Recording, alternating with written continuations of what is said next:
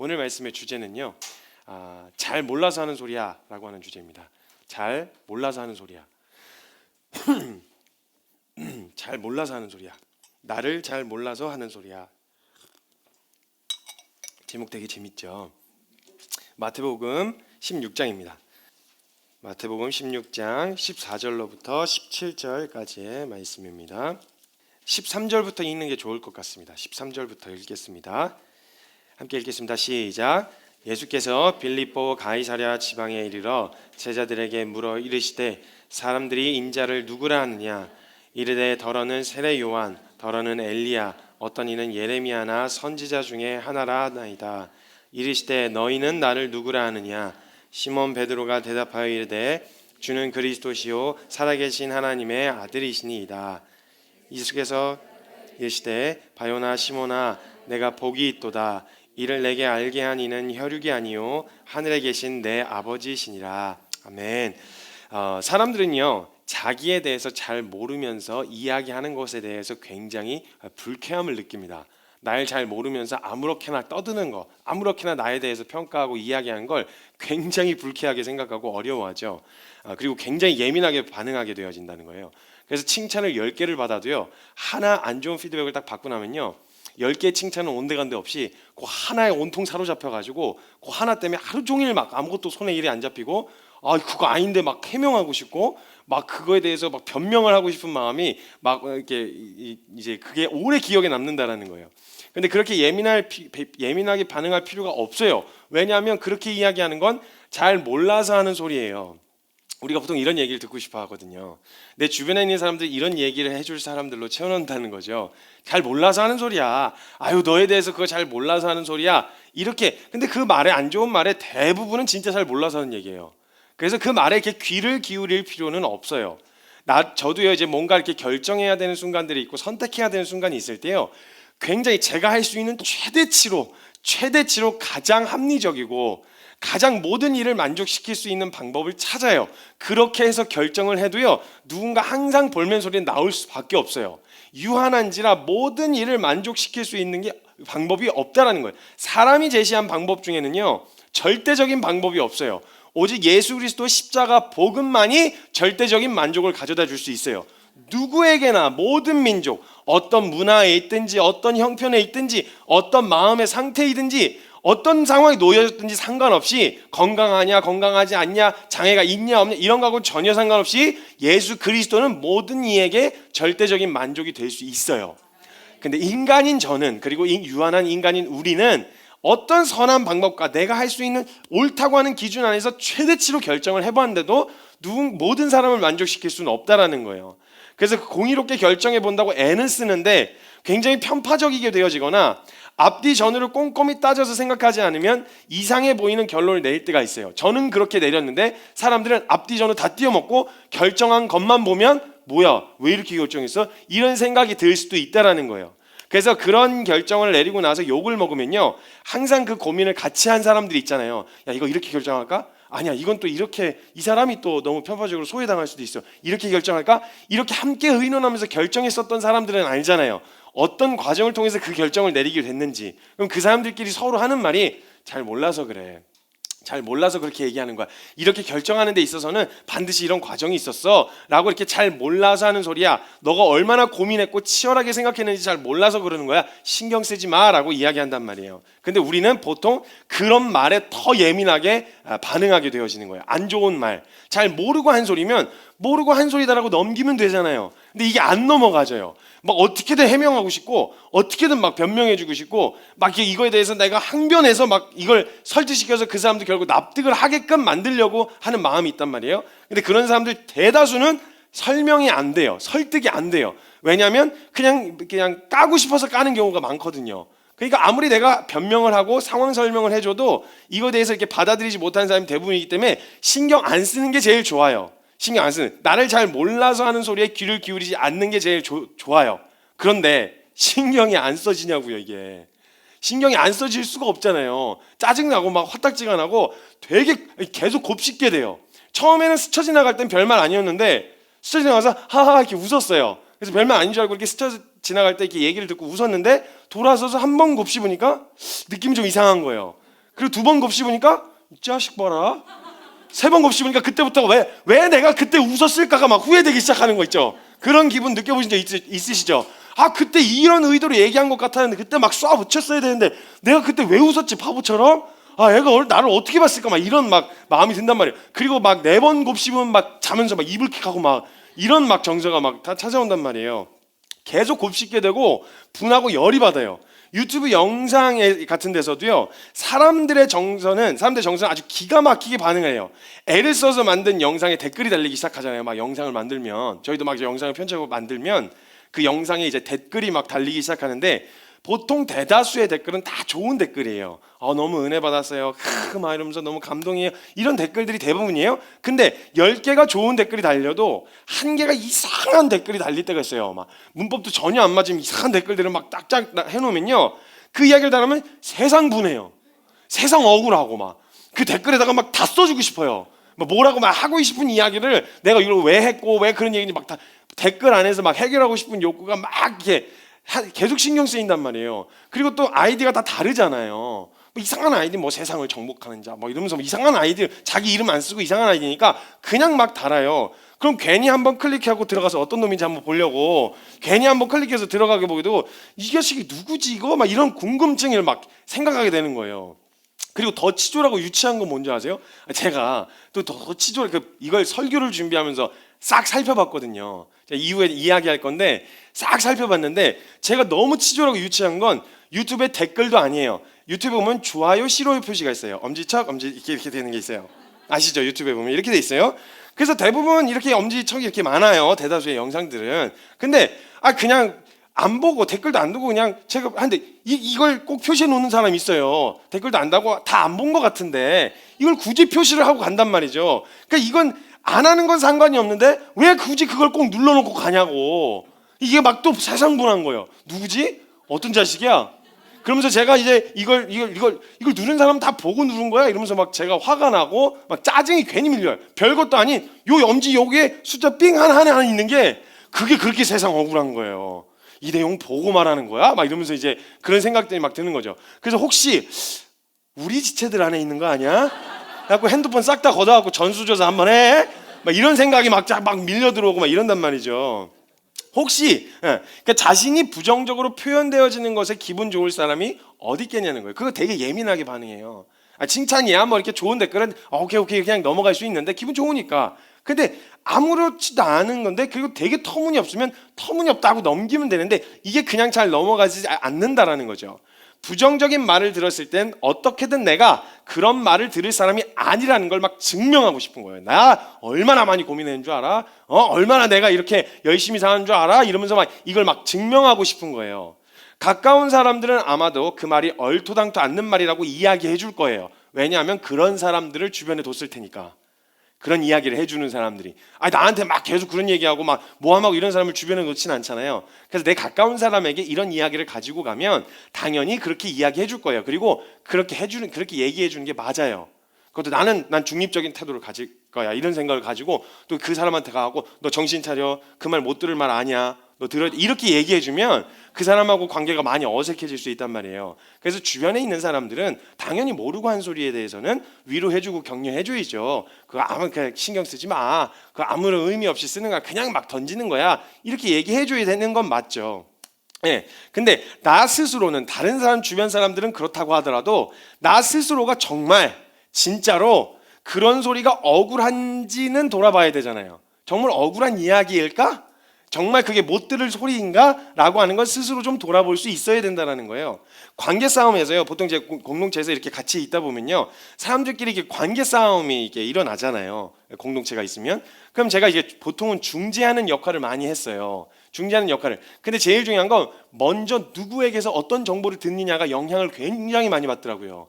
먼저 어떤 사람이 이 사람에 대해서 부정적으로 얘기하면 이미 부정적인 관점을 가지고 이 사람을 대하기 시작하는 거예요. 그래서 제가 굉장히 많이 연습했던 게 뭐였냐면 한쪽 말만 듣고 결정하지 않는 거.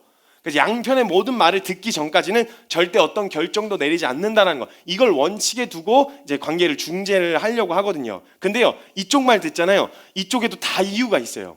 이쪽 말도 들으면요, 다 나름대로 이유가 있어요. 단지 보는 관점이 다를 뿐이에요. 그러니까 서로 엇나간 관점으로 서로 이야기하다 보니까 이 사람은 이걸 얘기하는데 이 사람은 저걸 얘기하고 있는 거죠. 그러니까 서로 어려울 만하고 그 힘들 만하다는 거예요. 그래서 나름대로 사람들의 이유가 있기 때문에요, 쉽게 이야기해서는 안 돼요. 그렇게 행동하는 데에는 이유가 있어요. 변명도 이유가 돼요.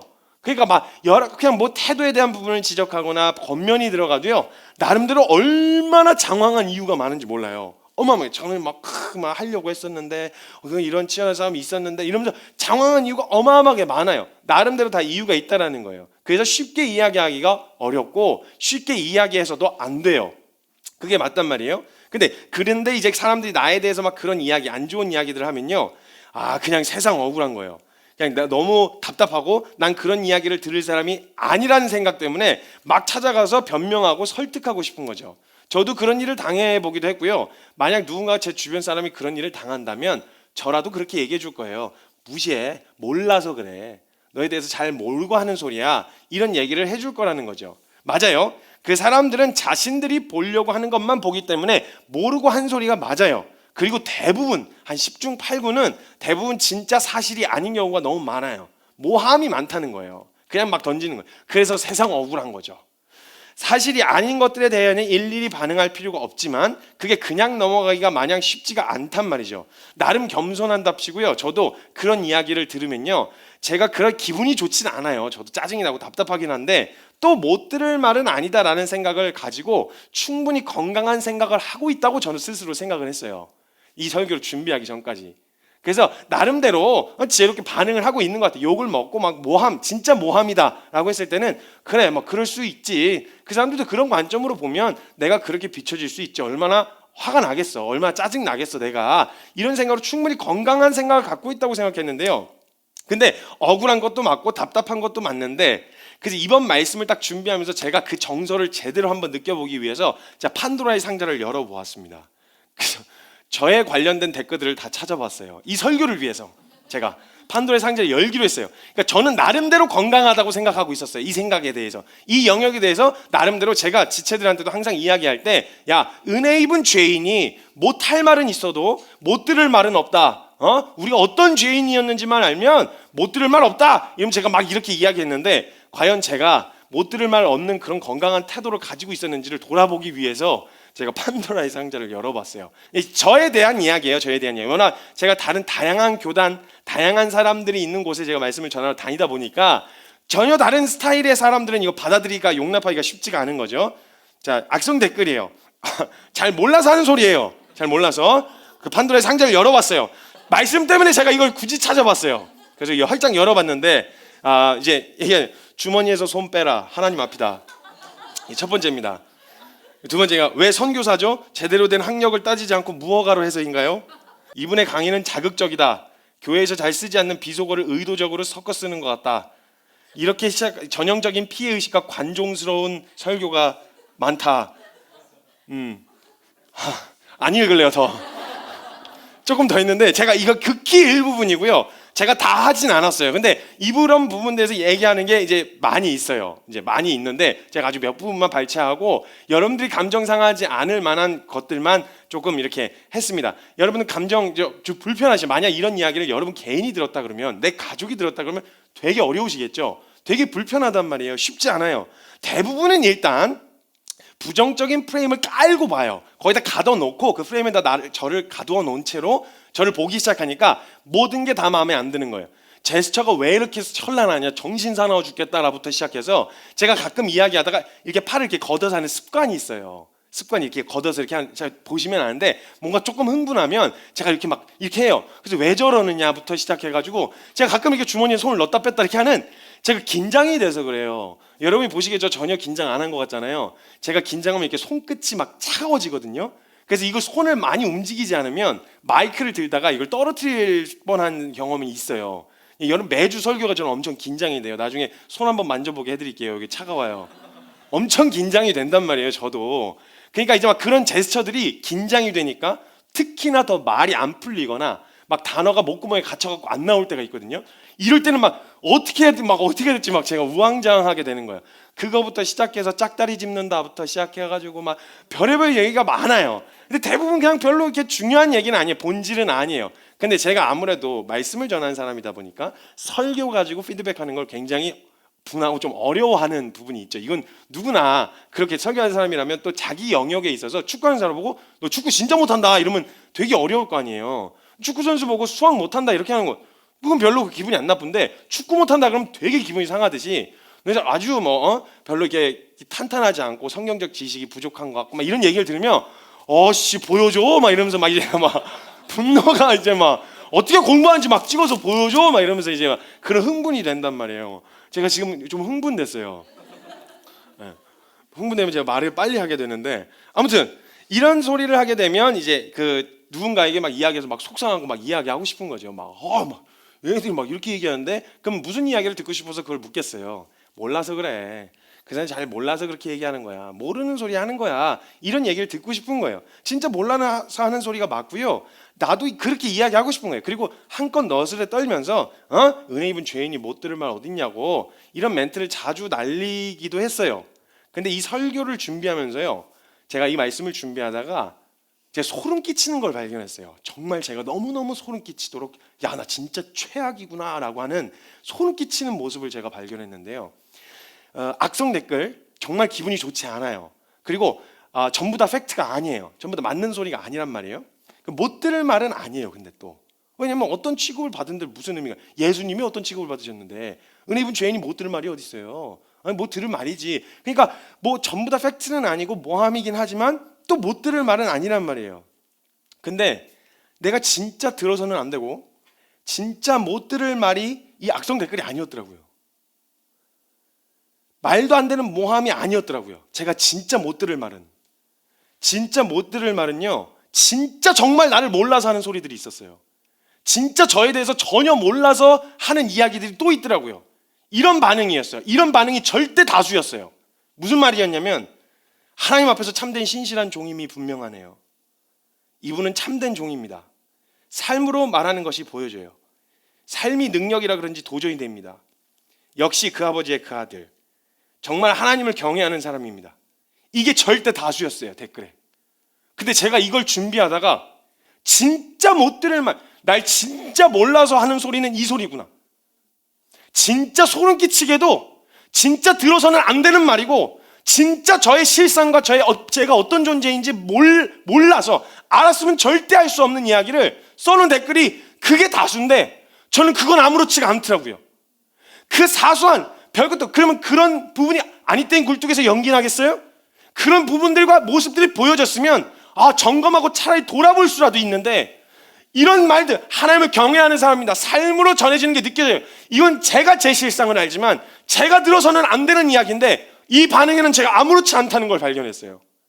너무너무 소름 끼치는 거예요. 만약 진짜 날 알았다면 이렇게 얘기할 수 없다. 나에 대해서 날 진짜 몰라서 하는 소리구나 이거. 정말 하나님 경외하시네요. 도전됩니다. 존경해요. 저는 누군가에게 그런 삶으로 도전이 될 만한 삶이 아니에요. 제가 저를 알지만 주님이 정확하게 말씀을 통해 보여주시고 주님이 아시지만 아니에요. 너스레 떨거나 제가 지금 괜히 겸손한 척하는 게 아니에요. 제 실상을 주님 앞에서 드러나는 실상을 말씀 앞에서 낱낱이 볼 때마다 저는 이런 소리 들을 사람이 아니에요. 무엇보다 진짜 못 들을 말이 이런 말이었어요. 근데 제가 여기에는 아무렇지가 않은 거예요. 애시당초 그런 댓글이 많을 수밖에 없던 건 이상한 소리를 하려고 하는 사람들은 영상 자체를 안 보겠죠. 대부분의 사람들은 은혜 받으려고 보지 않겠어요? 그러니까 은혜 받으실 만한 분들이었던 거지 제가 뭘 어떻게 했던 게 아니었어요. 근데 제가 그걸 마치 진짜 저인 것처럼 제가 거기에 속고 있더라고요. 내가 어떤 죄인인지 내가 어떤 은혜를 받은 사람인지 이건 말을 미화시켜서 어떤 은혜를 받았다고 이렇게 표현해서 미화되는 것 같지만 제 실상, 제가 얼마나 음란하고 제가 얼마나 거짓말쟁이고 제가 얼마나 하나님 앞에 외식하고 얼마나 하나님 앞에서 지체들 앞에서 외식하고 가면 쓰고 그런 척, 겸손한 척 이러고 있었는지 제가 저를 아니까 이런 말은 진짜 들어서는 안 되는 말이었는데 어느새 알게 모르게 이게 당연한 내가 됐어요.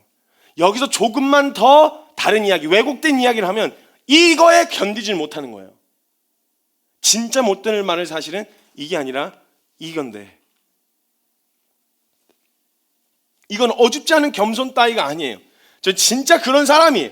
내가 얼마나 음란하고 가장 무서운 교만인 겸손한 척을 하면서 사람들 앞에서 넛을 떨면서 사람들이 이렇게 얘기하면 겸손하게 보겠지?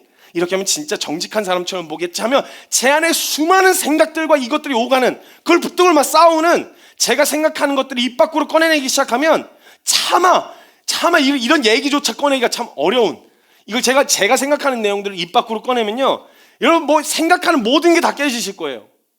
제 안에서 일어나는 생각들, 그 안에서 일어나는 싸움들, 얼마나 유치하고 치졸한지.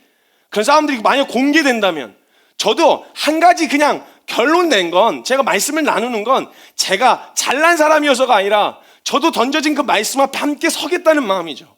같이 서겠다는 마음이에요. 그거 외에는 잘나서 여기서 말씀을 전하거나 뭔가 더 많이 알아서 나누는 게 아니에요. 그냥 한번 같이 서보고 싶은 거예요. 말씀 앞에서. 그거 외에는 아무것도 없어요. 진짜 오히려 사람들의 그 말에 조그만 오해에는 막 부르르 떨고 분내는 그런 반응을 나타내면서, 이런 나에 대해서 좋게 봐주고 좋게 이야기하는 사람들의 말에 원래는 진짜 은혜가 뭔지 알았던 사람이라면, 어떤 죄인인지를 처절하게 경험한 사람이라면 거기에 더 강하게 너스를 떨어야 하지 않을까요? 더 강하게 부정해야 하지 않을까요?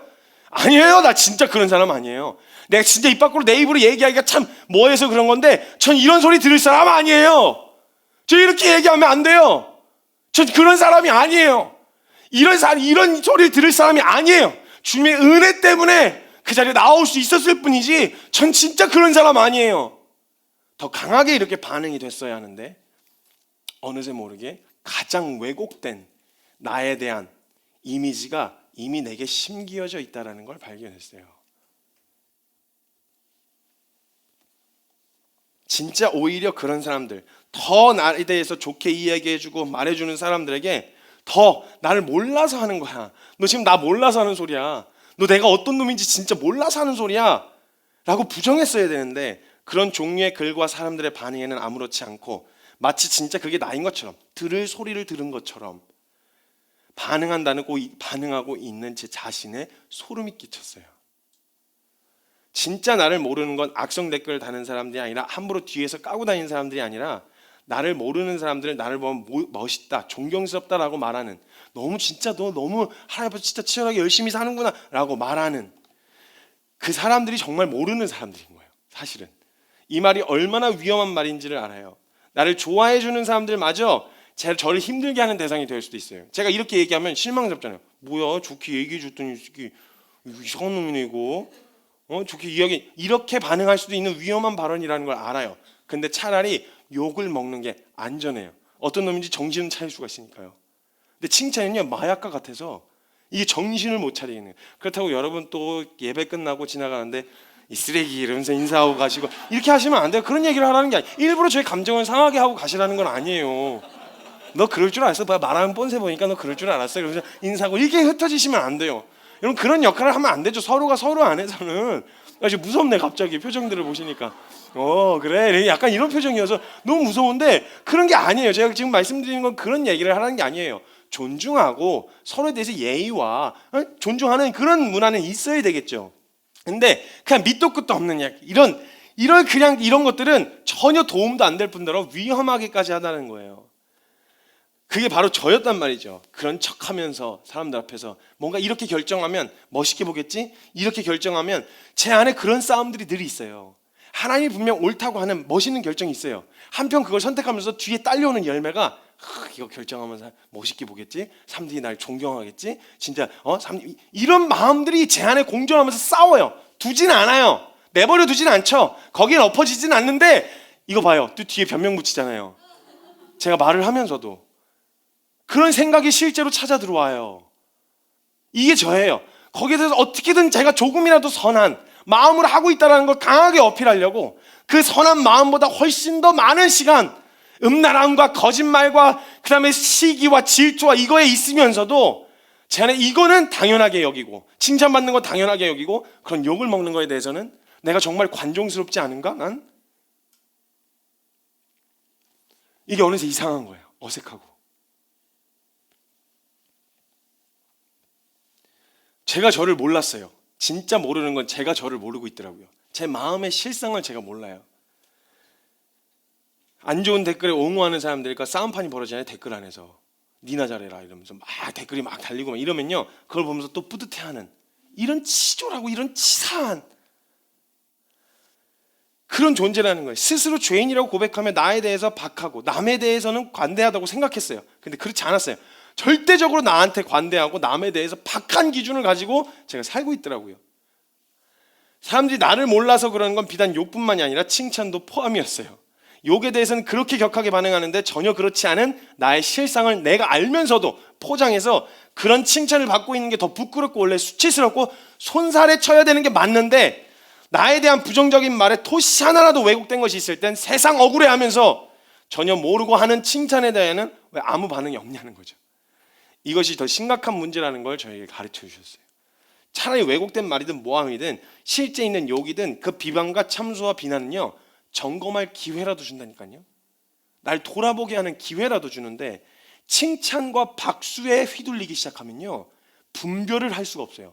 마약 같아요. 이게 정신을 차릴 수가 없는 거예요. 그래서 주님이 말씀하셨어요. 누가복음 6장 26절에 모든 사람이 너희를 칭찬하면 화가 있도다. 그들의 조상들이 거짓 선지자들에게 그렇게 하였느니라. 모든 사람이 너에게 박수 쳐주고 모든 사람이 너에 대해서 존경하고 박수를 쳐주고 칭찬하면 화가 있다 그래요. 조상들이 거짓 선지자들이 그렇게 해줬다는 거예요. 왜냐면 듣기 좋은 소리 해주니까. 우와, 박수 쳐주면서 그래 하나님 너희를 축복하실 거예요. 와, 너희 그렇게 우상 숭배해도 괜찮아요. 다 용서해 주실 거예요. 와, 그냥 마냥 박수 쳐주는 거예요. 왜? 내가 원하는 걸 다 얘기해 주니까.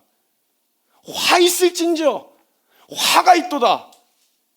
이렇게 말씀이 분명한데 저는 역시 제 안에 저도 칭찬만 받고 싶은 거예요. 모두가 날 좋아해 주기만 바라는 거예요. 실제로 욕도 잘 몰라서 하는 것이지만 칭찬과 격려도 잘 몰라서 하는 말이라는 거예요. 그러니까 우리를 모르는 사람들에게 우리의 인생을 맡기면 이것처럼 위험한 게 없어요. 그래서 날 잘 모르고 하는 소리에 귀를 기울여서는 안 돼요. 칭찬에도 휘둘리면 안 되고 비방과 비난에도 휘둘리면 안 된다는 거예요. 우리 모르는 사람에게 말해 그 소리에 자꾸 이쪽이나 저쪽이나 귀를 기울여서는 안 된다는 거예요. 말도 안 되는 모함에 둘러빠져 성낼 이유도 없고 칭찬에 넋을 빼앗겨서 교만해서 마치 내가 그런 사람인 것처럼 착각하고 취해 있을 이유도 없다는 거예요. 그래서는 안 된다는 거예요. 그럼 우리가 어떻게 해야 될까요? 우리는 어떤 영역이든 문제가 생기면요, 핸드폰에 문제가 생기면 어디 가죠? AS 센터 가죠. 그걸 고쳐줄 수 있는 전문가에 가요. 그 기기에 대해서 잘 아는 사람에게 간단 말이에요. 만약 컴퓨터 고장났으면 컴퓨터를 고치려 컴퓨터 전문가에게 가요. 모든 몸에 문제가 생기면 의사에게 가고요. 전문가에게 가서 그걸 잘 아는 사람에게 간단 말이에요. 우리 영혼에 문제가 생기고 우리의 마음에 문제가 생겼다면 이 마음을 가장 잘 아는 우리의 영혼을 가장 잘 아시는 분 앞에 나아가야 되잖아요. 누구시겠어요? 주님밖에 없어요. 주님이 이야기해 주시는 격려, 그분이 우리를 가장 잘 아시기 때문에 그분에게로 가서 우리에 대해서 이야기하시는 걸 들을 수 있어야 돼요. 사람들의 말이 아니라, 자기 기준대로 이야기하는 사람들의 말이 아니라 정확한 기준으로 말씀하시는 하나님의 말씀이 우리를 가장 잘 아시니까 그 말씀을 통해 우리를 볼 수 있어야 된다는 거예요. 그럼 하나님이 책망하실 땐 잘못한 거예요. 항변하고 변명할 이유도 없어요. 가장 잘 아시는 주님이 너희가 안 돼, 이렇게 가서는 안 돼, 이렇게 서면 안 돼 라고 책망하실 땐 다른 일절 갖다 붙일 이유가 없어요. 그대로 수용할 수밖에 없는 거예요. 왜냐하면 가장 잘 아시는 분이시니까. 그리고 주님이 착하고 충성된 종아 잘했어 라고 칭찬하시면요, 세상 모든 사람들이 다들 일어나서 조롱하고 비난하고 참소해도요, 주님이 잘했어 라고 그러시면 잘 가고 있는 거예요. 이 확실한 근거 안에서 우리가 가야 된단 말이에요. 진짜 들을 말을 들어야 된다는 거예요. 이상한 거짓말, 날 잘 몰라서 하는 소리에 귀를 기울여서는 안 된다는 거예요. 그건 칭찬, 욕과 비방뿐만 아니라 칭찬에도 마찬가지라는 거예요. 첫 번째 중요한 몰라서 하는 소리에 대해 첫 번째 주제, 우리가 몰라서 하는 소리에 귀를 기울이지 말아야 한다라고 하는 겁니다. 두 번째는 뭐냐면요, 나도 잘 모르는 소리를 하고 있지는 않냐는 거예요. 나도 잘 모르고 하고 있지는 않냐는 거예요. 진짜 여기까지, 제가 요 위에까지 해서 설교를 이렇게 쫙 정리를 한 다음에 여기까지만 하면 되겠다 싶었어요. 말씀을 좀 더 살을 붙여갖고 이렇게 여기까지 하면 되겠다라고 생각을 하고 있었는데 주님이 저한테 물어보시는 거예요. 성규야, 넌 잘 알고 하는 소리냐? 물어보시는 거예요. 넌 누군가에 대해서 이야기할 때, 누군가에 대해서 권면할 때 너 정말 잘 알고 하는 소리냐? 저는 주변에 대해서 저에 대한 소리를 듣는 입장으로만 계속 해석을 하고 있는 거예요. 근데 저는 또 누군가에 관하여 이야기하는, 잘 모르고 하는 소리를 하는 사람으로 서 있진 않는가? 이걸 저에게 또 질문을 하시는 거예요. 나에 대한 소리를 듣는 입장으로만 생각하는데 진짜 최악은 뭐냐면요, 나도 모르고 하는 소리를 떠들고 있다는 거예요. 거기에 막 예민하게 반응하고 이렇게 하는 건 그래도 나아요. 남한테 피해는 안 주니까. 근데 나도 잘 모르는 사람의 소리를 떠들고 있는 건 진짜 최악이에요. 정말 최악이에요. 근데 그 최악이 또 저더라고요. 저도 잘 모르는 소리를, 왜 카더라 통신이 있어요? 카더라 통신. 그렇다던데? 그렇다더라. 사람들이 주변에서 정확하게 팩트가 체크되지 않은 이야기들을, 야 그렇다던데? 누가 그랬다던데? 누가 이렇게 얘기한다던데? 누가 뭐라고 말했다던데? 이렇게 전해들은 통신을 마치 사실인 것처럼 그것만 또 전하면 얼마나 좋겠어요. 차라리 카더라 통신을 들어도 이 사람이 나에게 정보를 전해주면 이 정보 그대로 또 누군가에게 전달하면 차라리 나아요. 근데 뭐냐면 이걸 받잖아요. 그럼 여기다 또 한껏 MSG를 쳐요. 잔뜩 부풀려갖고 넘겨줘요. 그 받은 사람은 여기다 하나 더 쳐요. MSG를 막 쳐요. 그래갖고 제가 이거 얘기하면 좀 곤란하겠다. 제가 어떤 예전에 이거 좀 난감한데, 예전에 어떤 자매를 좋아했었던 적이 있었어요. 이게 제가 얘기하기 좀 그런데 좋아했었어요. 제가 아내가 여기 있으니까 이거 얘기하기가 좀 그런데, 예전에 또 자매를 좋아했었어요. 좋아했는데 제가 이렇게 이제 그 좋아하는 마음을 갖고 있는데 이게 하나님 앞에서 합당하지 않은 것 같은 거예요. 그래서 제가 얘기를 나누고 교제를 나누다가 제가 어떤 지체 그 간사님한테 가서 제가 결단을 하고 관계를 정리하기로 한 거예요. 저 혼자 그런 건데 좋아하는 마음으로 하는 그 자체가 잘못된 것 같아서 제가 이 정리하고 더 이상 교제하지 않겠다고 제가 일방적으로 얘기하고, 그분 되게 억울하셨을 거예요. 황당하고. 저 혼자 좋아했다가 제가 관계를 정리했거든요. 저 혼자. 그러니까 제가 이 믿음으로 막 했다, 막 뭔가 그때 되게 어렸어요. 아무튼 나이가 굉장히 어려서 17살 때인가 18살 때였는데, 이걸 정리하고 나서 제가 어떤 간사님 지체한테 가갖고 얘기를 나눴어요. 그래갖고 제가 이렇게 했는데 제가 이렇게 믿음으로 한번 결정해 봤습니다. 좋아하는 마음이 있었는데 제가 이걸 하면서 합당하지 않는 것 같아서 딱 정리를 했습니다. 이렇게 얘기했어요. 근데 그분이 너무 잘했다. 그리고 나서 제가 분명 너만 알고 있으세요? 그랬어요. 보통 얘기할 때 야 너만 알고 있어 이렇게 얘기를 하잖아요. 그럼 지만 알고 있어야 되는데 꼭 이 사람은 또 신뢰하는 사람이 있잖아요. 그래서 또 다른 사람한테 야 너만 알고 있어 이러고 또 얘기해 준단 말이에요. 이 사람이 다른 사람한테 가고 얘기를 하는데 그냥 제가 얘기한 그대로를 전달해야 되는데 앞뒤 다 잘라먹고 성교가 누구 좋아했대, 요걸 전달한 거예요. 그래서 그 다음에 한 번 더 와전돼 갖고 성교랑 둘이 서로 좋아했대, 그리고 와전돼 가지고 둘이 사귀었대. 이래서 리더십한테 불려갔어요. 그래갖고 이제 막 이제 욕을 바가지로 먹었죠. 그리고 3자 대면을 해서야 풀렸단 말이에요. 그러니까 하나만 옮겨가도 이미 이만큼 와전이 돼요. 말이. 저도 그래요. 들었는데 막 그랬대 이러면서 여기다 MS 치어서 또 넘겨주고, 이런 최악 중에 최악, 정말 최악, 진짜 최악. 정말 교회에서 있어서는 안 되는 가장 최악. 그 최악이 바로 저더라고요. 제가 그런 짓을 하고 있는 거예요. 얘기를 합니다. 제가 장난으로도 막 와전시켜서 이야기하거든요. 막 지체들끼리 서로 장난치고 이럴 때 제가 말을 일부러 막 와전시켜요. 그래서 이거 먹고 싶다 이렇게 하면 예를 들면 지체 책상에 뭐가 먹을 게 올려져 있어요. 그럼 어떤 지체가 지나가다 이거 맛있겠다 이렇게 얘기하면 제가 장난으로 야 이거 너 혼자 처먹냐, 너 이거 지 혼자 처먹는다고 얘가 짜증난대, 막 이런 식으로 제가 장난으로 이렇게 와전시키는 한데, 실제로도 약간씩 MSG를 쳐서 와전시키는 게 있는 거예요. 정말 최악인 거예요. 이게 웃기지만 진짜 중요한 문제를 가지고 이렇게 얘기하는데 만약에 와전시킨다고 생각해 보세요. 이거 정말 최악이에요. 근데 제가 그런 소리를 떠들고 있는 거예요. 저도 잘 모르면서 떠드는 소리들을 짚어내기 시작하셨어요. 누군가에게 들은 이야기를 잔뜩 부풀려서 하고 있진 않은지, 수없이 정확하지 않은 정보들로 그리고 확실하지 않은 것으로 사람들에게 이야기했던 내 모습을 자꾸 떠오르게 해주시는 거예요. 그리고 사람들은 잘 모르는데도요, 저도 잘 모르는데도요, 자존심 때문에 혹은 고집 때문에 확신에 차서 이야기를 한단 말이에요. 제가 또 한번 확신에 차서 이야기했던 게 뭐였냐면, 예전에 막 기도를 하는데 누가 대표 기도를 하는데 막 사단을 막 책망하면서 막 기도를 하는 게 어떤 분이 되게 멋있게 막 사단 너희 놈 이러면서 막 하다가 너희가 떠나가 무적행으로 떠나가 멸할지어다 막 이런 기도를 했어요. 근데 저는 그때 막 너무 크게 소리를 지르면서 얘기하느라고 무적행이라는 단어를 잘못 들어서 좀 부직갱이라고 들었어요. 전 그때까지 제가 그때도 10 몇 살 때였으니까 부직갱이 이거 멋있는데 사단을 부직갱이다. 저는 그게 지옥이랑 이렇게 같이 연결된 건 줄 알고 나도 선부 대표기도 하면 그거 한번 써먹어야 되겠는데 이래가지고 사람들이 얘기하는데 그 대표기도 하는데 너무 강하게 확신에 차 있어가지고 살아라 마이크 잡고 살아라 뭐 이러면서 너는 너희가 떠나갈 부지깽이로 떠나가밀어지어다 이렇게 얘기하고 막 내려왔는데 와서 피드백을 해주는데 이게 또 자존심이 상하는 거예요. 틀렸는데 지나가면서 누가 툭 던지면서 무적행 이러면서 얘기를 하는데 이게 또 되게 자존심 상하는 거예요. 이러면서 막 근데 되게 확신에 차서 또 이야기를 한단 말이에요. 사람들은 고집과 확신. 주변 사람들에 대한 이야기도 잘 모르면서 그렇게 막 떠드는 이야기들이 너무 많았어요. 진짜 최악 중에 최악이에요. 근데 묵상하다가요, 이 최악보다 더 수습한다는 최악이 따로 있었는데 뭐였냐면 이야기를 할 때 잘 모르는 소리를 확신에 차서 전한다는 게 최악인데 진짜 주님이 저에게 제자들에게 물으셨듯 저에게도 똑같이 물으시는 거예요. 사람들이 날 보고 뭐라고 하느냐. 근데 진짜 수습 안 된 최악이 뭔지 아세요?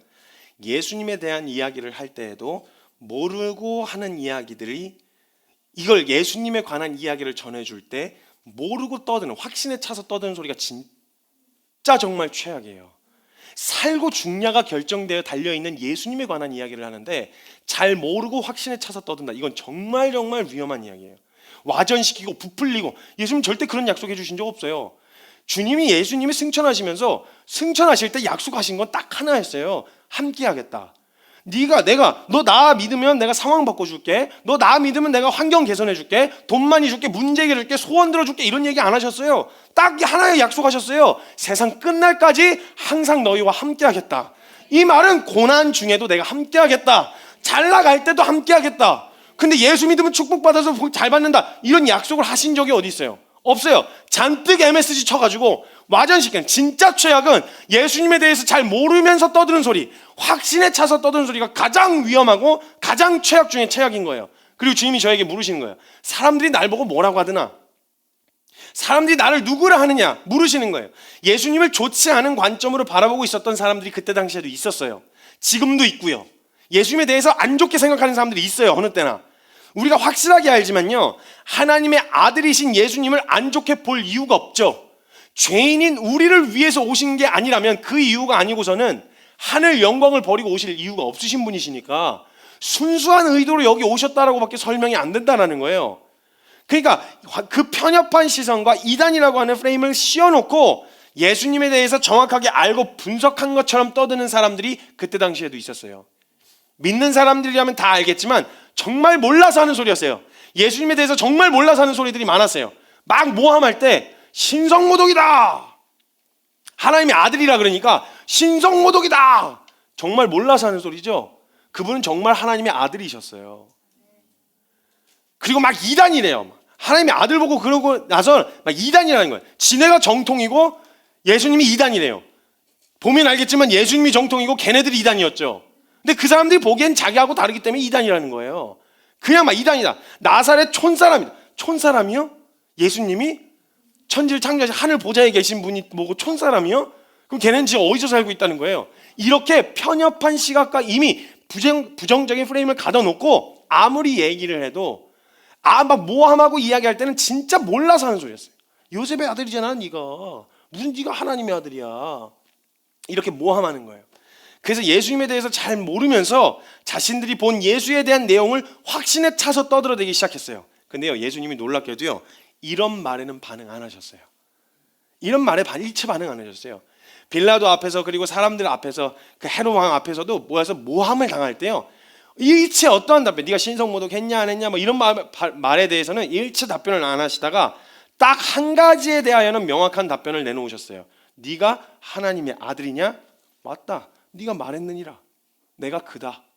이 영역에서만큼은 분명하게 이야기하셨어요. 두 번 정도를 다른 영역은 아예 일체 대답을 안 하시다가 네가 하나님의 아들이냐? 거기에 대해서는 명확하게 이야기하시는 거예요. 누가복음 22장 70절 말씀에 보면 다 이르되 그러면 네가 하나님의 아들이냐? 대답하시되 너희들이 내가 그라고 말하고 있느니라 라고 이야기했단 말이에요. 이미 이 사람들이 부정적인 프레임을 씌워놓은 걸 아셨기 때문에 설득하고 설명한다고 되는 말이 아니었고, 굳이 그 사람들이 아무리 떠들다고 사실이 거짓이 되는 건 아니잖아요. 그 사람들이 막 뭐라고 모함했다고 다수가 모함했다고 해서 하나님의 아들의 자격을 박탈당하는 건 아니잖아요. 그러니까 예수님이 거기에 일일이 대응하지는 않으셨어요. 듣지 않으셨다는 거예요. 잘 모르고 하는 소리에 대하여 귀 기울이시지 않았다라는 거예요. 그래서 예수님에 대해 잘 몰라서 하는 소리를 떠들고 있었던 바리새인과 같은 사람이 바로 저인 거예요. 한번 잘 점검해 보세요. 상황이 어렵거나 내가 감당할 수 없을 것만 같은 상황에 놓여지면요, 항상 하나님의 선하심과 나를 향한 하나님의 사랑을 의심하곤 했었어요. 꼭 이렇게까지 하셔야 되냐고 반문하기도 했었어요. 말씀에 근거하여 하나님을 몰라서 하는 소리예요. 하나님의 선하심을 잘 모르고 하는 소리예요. 우리가 보여지는 것, 지금 느껴진 체감되는 감정, 지금의 상황, 이게 나를 억누르고 힘들게 해서 이게 다인 것처럼 보여지지만 모든 걸 주관하고 계시는 하나님이 온통 나에게 모든 걸 집중하고 계시면서 이것을 통해서 내게 하시려고 하는 그 수많은 계획들과 선하신 뜻이 이미 준비되어 있는데 이거 모르고 하는 소리인 거예요. 하나님 나한테 어떻게 이러실 수 있어요? 하나님 선하신 분 맞아요? 날 사랑하는 거 맞아요? 이렇게 이야기하는 건 정말 예수님 몰라서 하는 소리예요. 정말 몰라서. 하나님이 계획을 다 준비해 놓으셨는데 선하신 뜻을 완전하게 이 과정을 통과하면서 주님이 주고자 하신 걸 완벽하게 준비해 놓으셨는데 거기까지 가지를 못하고 이제 어떻게 나한테 이럴 수 있어요? 하고 돌아서는 바람에 준비된 걸 못 본 거예요. 그리고 계속 하나님을 오해하는 거예요. 하나님 어떻게 나한테 이러실 수 있어요? 사랑의 하나님 맞아요? 어떻게 나에게 이런 고통을 줘요? 이렇게 하나님, 이건 정말 몰라서 하는 소리예요. 정말 몰라서. 실컷 오해했는데 알고 보니 그런 게 아니었다는 걸 발견했는데 이러면요 정말 얼마나 뻘쭘하겠어요. 다 준비되어 있었는데 혼자 막 오해하고 막 혼자 이렇게 하면 얼마나 뻘쭘해지겠냐고요. 하나님 다 준비해 놓으셨는데 거기까지 가지를 않고 못 본 건데, 오해한 건데 그거 다 준비해 놨는데 내가 이렇게 얘기하면 얼마나 속상하겠냐고요. 저도 한번 그런 적 있었거든요. 제가 막 사달라고 했는데, 신발을 사달라고 했는데 안 사주는 거예요, 어머님이. 막 신경질 내고 막 진짜 막 짜증내고 막 씩씩거리면서 막 방에 들어왔는데 신발이 있는 거예요. 이 얼마나 그 해놨었던 그 일들이 얼마나 쪽팔리겠어요. 그 막 너무 소름 끼치지 않겠어요? 욕한 거 막 미안하고 다 다시 되돌리고 싶은 막 그런 마음이 든단 말이에요. 이번에 이제 제가 그런 일을 거꾸로 당해봤던 경험이 있어요. 이건 제가 사전에 이 예화를 쓸 거라고 사전에 동의를 제가 구했어요. 무슨 일이 있었냐면 공동체에서 함께 제가 훈련을 하다 보면 청년들 막 씨름하고 같이 붙들고 싸우다 보면 제일 많이 부딪히는 영역이 가족과의 부딪힘이에요. 가족 안에서 이런 어려움을 겪는 친구들이 많이 있어요. 그래서 항상 기도 제목이에요. 저도 기도 제목이고. 근데 중요한 결정을 해야 되는데 가족의 뜻과 본인의 뜻이 달랐어요. 근데 이걸 당장 내일까지 결정해야 되는 상황, 아주 급박한 상황이 놓여진 거죠. 그래서 제가 그런 상황에 놓여지면 주님이 이제 싸움을 거셨구나, 주님이 진짜 믿음을 시험하시고 성장시키시려고 허락하신 시간이라고 저는 또 굳게 믿어요. 그래서 아주 좋은 기회야. 이번 기회에 정말 하나님 앞에서 제대로, 하나님 앞에서 어떤 결정을 해도 상관없어. 주님 앞에서 결정한 거면 난 충분하다. 그러니까 어떤 변명도 하지 말고 상황 때문에 끌려가지 말고 정말 믿음으로 한번 결정해봐 하고, 네가 알아서 결정해 하고 제가 이제 자치권을 줬죠. 스스로 결정할 수 있는 자기 결정권을 줬어요. 그래서 제가 이제 말씀을 전하는 일정으로 이렇게 나가게 되었는데, 제가 그 전에 이제 리더십들하고 같이 의논을 하면서 지체들이 싸움을 싸울 때는 항상 저도 도울 때, 지체들이 싸우는 싸움에서는 지체들이 해야 할 싸움이 있고 내가 옆에서 도와줘야 할 내 영역이 있다. 난 내 영역을 싸우고 도와줄 테니까 이제는 개인적인 싸움을 싸울 수 있도록 해라. 그래서 제가 사실은 이제 그 가족을 만나러 설득하려는 건 아니고, 좀 중립적인 저희 공동체에 대한 내용을 잘 모르셔서 오해하실 수도 있으니까 제가 그 이야기를 직접 전해주러 지방까지 이제 제가 내려가기로 결정을 한 거예요. 이제 내려가고 이 친구한테는 얘기하지 말아달라 그랬어요. 왜냐면 제가 저를 의지하게 될까봐, 이 사람이 뭔가 조치를 취해주겠지, 이 사람이 해결해주겠지, 이걸 기대할까봐 얘기하지 말고 스스로 결정할 때까지 돌아. 그리고 저는 말씀 저녁에 끝나고 나니까 막 거의 10시 다 됐는데 그때부터 한 3-4시간을 달려가지고 지방으로 내려가기 시작했어요. 그 다음날 부모님을 만나기로 했는데, 근데 그날 저녁에 이제 이 사실을 전혀 몰랐던 우리 얘기가 나와버렸네. 자매까지 나와버렸네요. 추론해보세요. 어떤 자매가 이 영역에 대해서 막 불편함을 느끼고 있었던 자매가 자기가 막 너무 속상한 거예요. 막 자기만 혼자 싸우고 있는 것 같고 다른 사람들 다 괜찮아. 그래서 리더십을 찾아간 거예요. 그래가지고 진짜 너무 어렵다. 자기는 이렇게 치열하고 죽을 것 같은데 다른 사람들 다 천하태평이다. 자기만 혼자 싸우고 있는 것 같다. 선교사님도 어떻게 그렇게 그냥 아무 생각 없이, 제가 지금 MSG 조금 치는 겁니다. 생각 없이 그래가지고 그냥 어떻게 그렇게 가지고 편안하게 당장 내일 결정해야 되는데 어떻게 자기 혼자 싸우는 것 같다. 아무도 자기를 돌아봐 주지 않는다. 이렇게 했는데, 제가 뭐 때문에 거기 지방에 내려갔는지를 알고 있는 리더십들은 그걸 보는데 어떻겠어요, 느낌이. 그래서 그만해라. 너 반드시 후회한다 그 말.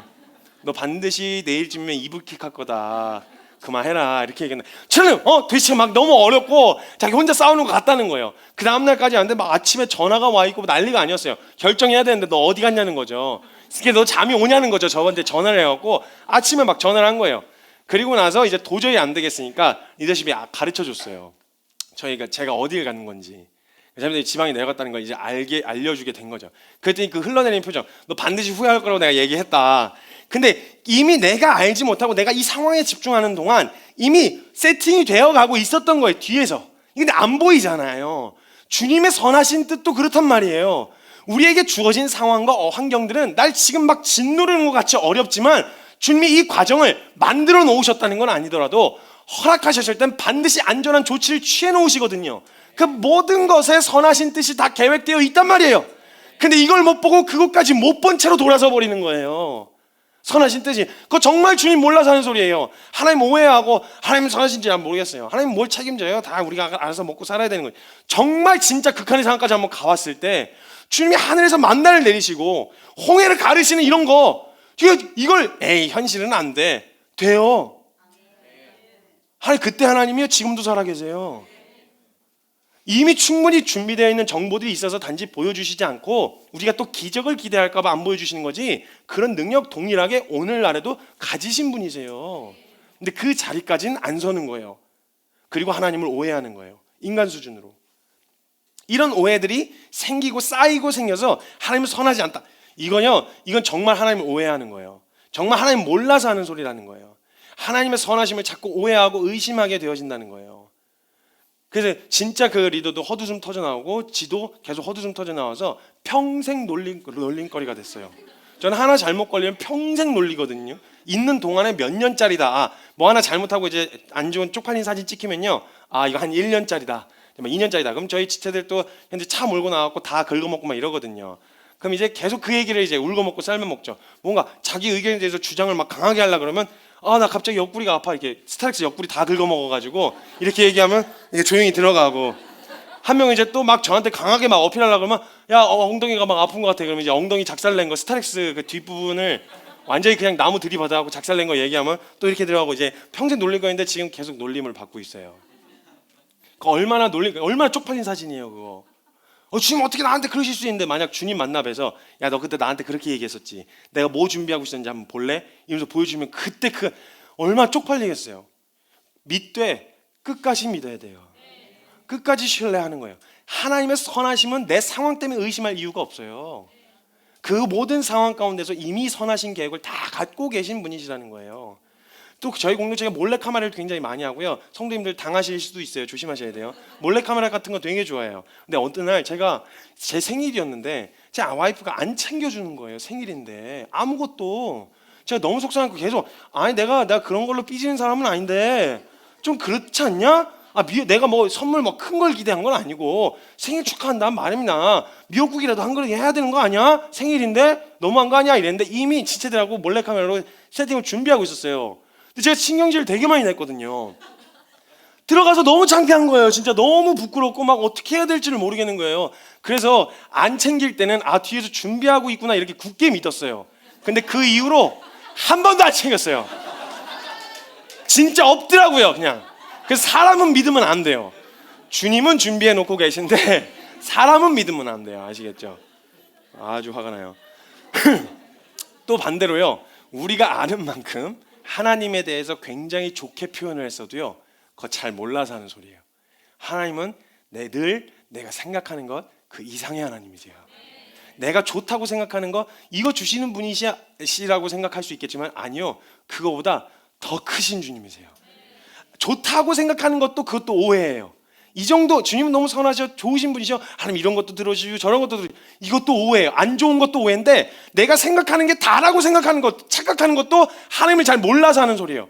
내가 늘 생각하는 그 상식보다, 내가 늘 이해했던 오늘까지 알게 된 그 하나님보다 더 크신 분이세요. 더 완전하신 분이세요.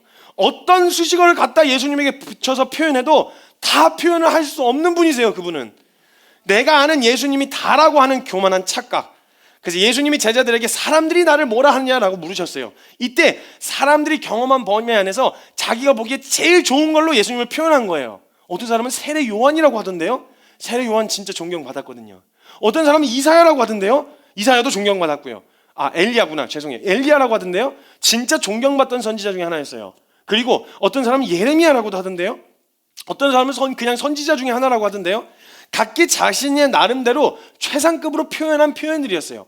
예수님한테 들려줄 때 이단이라는데요, 이런 얘기 안 했겠죠. 당연히 제자들이 걸러서 얘기했겠죠. 그러니까 좋은 얘기만 나열했겠죠. 그러니까 엘리야라고 하던데요, 세례 요한이라고 하던데요. 그럼 예수님이 그런 얘기 듣고 좋아하실 거라고 생각했는데 별로 이렇게 탐탁지 않으세요. 몰라서 하는 소리니까. 이걸 감히 인간 중에 최상급인 몇몇의 사람하고 감히 예수님을 비교해? 말이 안 되는 거예요. 그때 예수님이 정확하게 베드로에게 물으세요. 제자들에게 물으세요. 너희는 나를 뭐라고 할래? 넌 나를 뭐라고 할래? 이때 어떤 갖다 좋은 설명을 갖다 붙여도요, 이게 어떻게 이거 할 수가 없는 거예요. 그때 시몬 베드로가 대답하는 거예요. 주는 그리스도시요 살아계신 하나님의 아들이십니다. 이 대답은요, 그냥 들으면 되게 예수님이 좋아하신 대답이긴 한데 이게 무슨 말이냐면 유일무이하다는 거예요. 비교할 대상이 없다는 거예요. 전 인류 중에 누가 그리스도가 될 수 있어요? 없어요. 주는 그리스도이십니다라고 하는 말은 유일하신 분이십니다. 살아계신 하나님, 그 하나님 외에 다른 어떤 신이 없는 그 하나님의 아들이십니다라고 하는 건 하나님, 예수님 당신은 유일무이하신 분이십니다. 다른 어떤 수식어로, 인간적인 수식어로 표현할 길이 없습니다. 당신은 구원자시고 살아계신 하나님의 아들이십니다라고 이야기한단 말이에요. 이 고백을 기쁘게 받으셨어요. 그리고 뭐라 하는 줄 아세요? 바요나 시몬아, 이를 알게 하신 건 너가 아니다. 네가 안 게 아니야. 이건 넌 잘 몰랐을 텐데 이를 알게 하신 이는 하나님이시다. 이걸 가르쳐 주셨다라는 거예요. 사람들이 진짜 모르고 하는 소리 중에 하나가 좋게 표현하는데, 예수님이라면 어떻게 하셨을까라고 하는 현상이나 상황 앞에서 예수님이라면 어떻게 하셨을까? 예수님이라면 이렇게 하셨을 거야 라고 아주 확신에 차서 이야기하는데요, 이거 정말 모르고 하는 소리예요. 예수님이라면 절대 우리같이 하지 않으세요. 보여지는 몇 가지 상황들은요, 그 인생들, 예를 들면 예수님이라면 지금 당장 도와주셨을 거야. 아니요, 그건 모르는 거예요.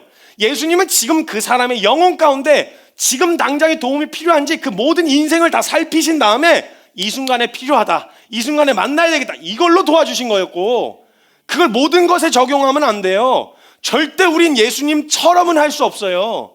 예수님이라면 어떻게 하셨을까? 예수님이라면 이렇게 하셨을 거야. 이거 정말 모르고 하는 소리예요. 절대 우리와 같이 하지 않으세요. 예수님은 사회 정의를 이야기하면서 예수님이 이렇게 하셨을 거야.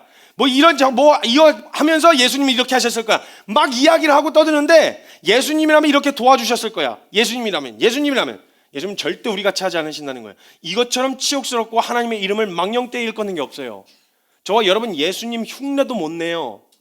우리 안에서 예수님이 드러나시려면 예수님이 직접 사셔야 돼요. 예수님이 우리 안에 직접 사시려면 내가 죽어야 돼요.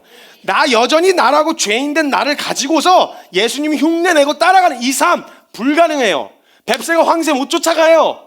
쫓아가면 가랭이 찢어져요. 그럼 찢어지면 따라갈 수 있냐? 찢어져도 못 따라간다, 그 얘기를 하는 거예요. 절대 예수님처럼은 살 수 없어요. 예수님이 직접 사셔야 돼요. 사회 정의, 정치에는 주님 관심 없으셨어요. 오직 십자가 복음을 통한 영혼 구원이 목적이었어요. 그러기 위해서 정치가 필요하다면 이야기하셨고, 그러기 위해서 정의를 외치셔야 했으면 외치셨다는 거예요. 정의와 정치를 위해서 예수님을 갖다 이용해 먹지 않았다고요. 정말 몰라서 하는 소리예요, 이걸. 예수님이 제자들에게 물으실 때 나를 누구를 하느냐? 주는 그리스도시요 살아계신 하나님의 아들이십니다. 이때 크게 주님이 감동하시면서 내가 이 반석 위에 교회를 세울 것이다. 유일무이하신 분, 우리의 어떤 표현보다, 우리의 어떤 수식 갖다 붙이는 우리가 알고 있는 지식을 다 동원해도 그분은 다 표현하지 못할 분이다. 다 알아갈 수 없는 분이다. 우린 그분을 알아가려면 영원이라는 시간이 필요하다. 그래서 오늘 모든 예배가, 모든 말씀이 늘 새로울 수밖에 없는 거예요. 익숙해진다면 그거 정말 몰라서 하는 소리예요. 매너리즘에 빠졌습니다. 이거 정말 몰라서 하는 소리예요. 시간이 지나면 지날수록, 가면 갈수록 더욱 알아가는 만큼 믿어지니까 영원하신 그 무한하신 하나님을 알아갈수록 더 깊이 말씀 안에 거하고 그분을 인하여 자유하고 진정한 기쁨을 되찾고 이걸 알아요. 근데 우리가 현실에 집중하느라, 현실에다 예수님을 끌어맞춰서 예수님이라면 이렇게 하셨을 거야, 예수님이라면 이래, 정말 몰라서 하는 이야기예요. 모르면요, 몰라서 하는 소리는 확신에 차서 안다고 착각하는 중이거든요. 주님을 정말 이 진정한 자유와 예수님을 깊이 경험하기 원하신다면 모른다는 걸 인정해야 돼요. 그리고 오늘도 하나님, 오늘까지 이만큼 알았는데 하나님, 전 알아요. 주님이 이게 전부가 아니라는 걸. 주님이 이게 다가 아니잖아요. 그럼 오늘 또 가르쳐 주세요. 주님, 저에게 주님 알려주세요. 주님이 진짜 제 안에 그냥 가득가득, 제가 이 좁아 터진 심령이 이걸 다 담아내지 못하면 그냥 찢어 넓혀 주셔서 더 이 땅에서 알 수 있는 것들 더 가르쳐 주세요. 안다고 착각하며 교만의 자리에 서지 않아요. 이 사람들은 오늘도 몰라서 더 배우고 싶은 거예요. 어제까지 안 건 어제까지 안 거고, 왜냐면 오늘은 또 다른 새로운 주님이실 테니까 그 주님 앞에 서게 되어진다는 거예요. 주어들은 이야기를 가지고 예수님이 이러실 것이다 라고 하지 말아야 된다는 거예요. 내가 필요할 때마다 그 프레임을 씌워서 정치가 예수님, 사회운동가 예수님, 이런 식으로 끼워 맞춰서 예수님을 이용해 먹지 말아야 돼요. 예수님을 설명 가능한 건 이거밖에 없어요. 주는 그리스도시요 살아계신 하나님의 아들이십니다. 야, 주님이 오늘 우리에게 물으실 거예요. 너희는 나를 뭐라고 하느냐? 저는 오늘 이렇게 대답하고 싶어요. 오늘까지 배운 바 예수님은 그리스도시고 살아계신 하나님의 아들이셨습니다. 그리고 오늘부터 또 어떤 분이신지 알아가야 합니다. 주님, 저에게 가르쳐 주십시오. 저에게 알려주십시오. 이 기도로 주님 앞에 함께 나아갈 수 있었으면 좋겠습니다. 시간 잠깐 같이 함께 기도했으면 좋겠습니다.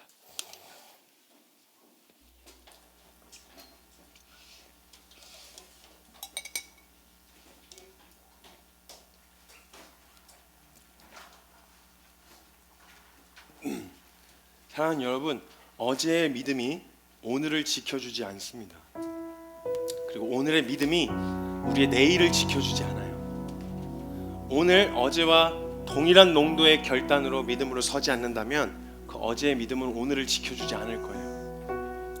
오늘의 믿음, 오늘 열심히 잘 했다고 해서 오늘의 그 믿음으로 내일을 때울 생각하면 안 돼요. 내일도 동일하게 오늘 결정했던 것과 같은 동일한 농도로 주님 앞에 함께 서야 하는 거예요. 혹시 우리 안에 그런 오해는 없었나요? 처음 시작의 말씀의 문을 열면서 이야기했던 건 저는 그것까지만 얘기하려고 했었어요. 잘 모르고 하는 소리들에 귀 기울이지 말고 잘 모르는 소리로 떠들지 말자. 누군가에 대해서 상처 주고 그렇게 이야기하지 말자. 주님은 좀 더 보다 본질적인 걸 저에게 말씀하고 싶으셨던 것 같아요.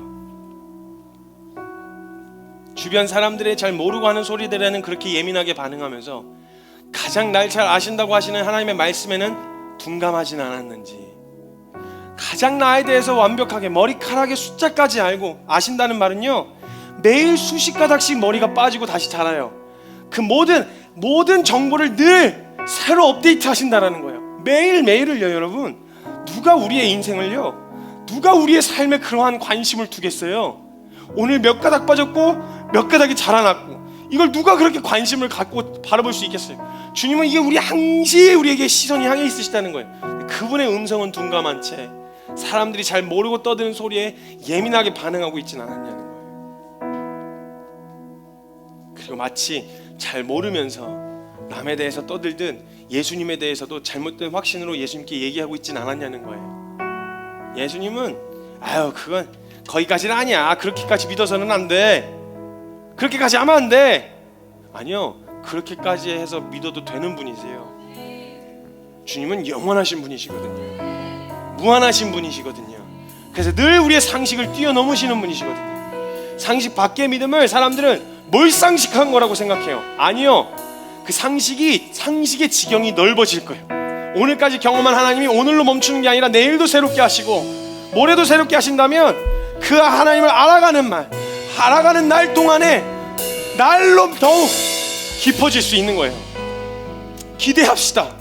하나님, 제가 지금까지 잘 몰랐습니다. 오늘까지 안 게 저에게 오늘의 전부입니다.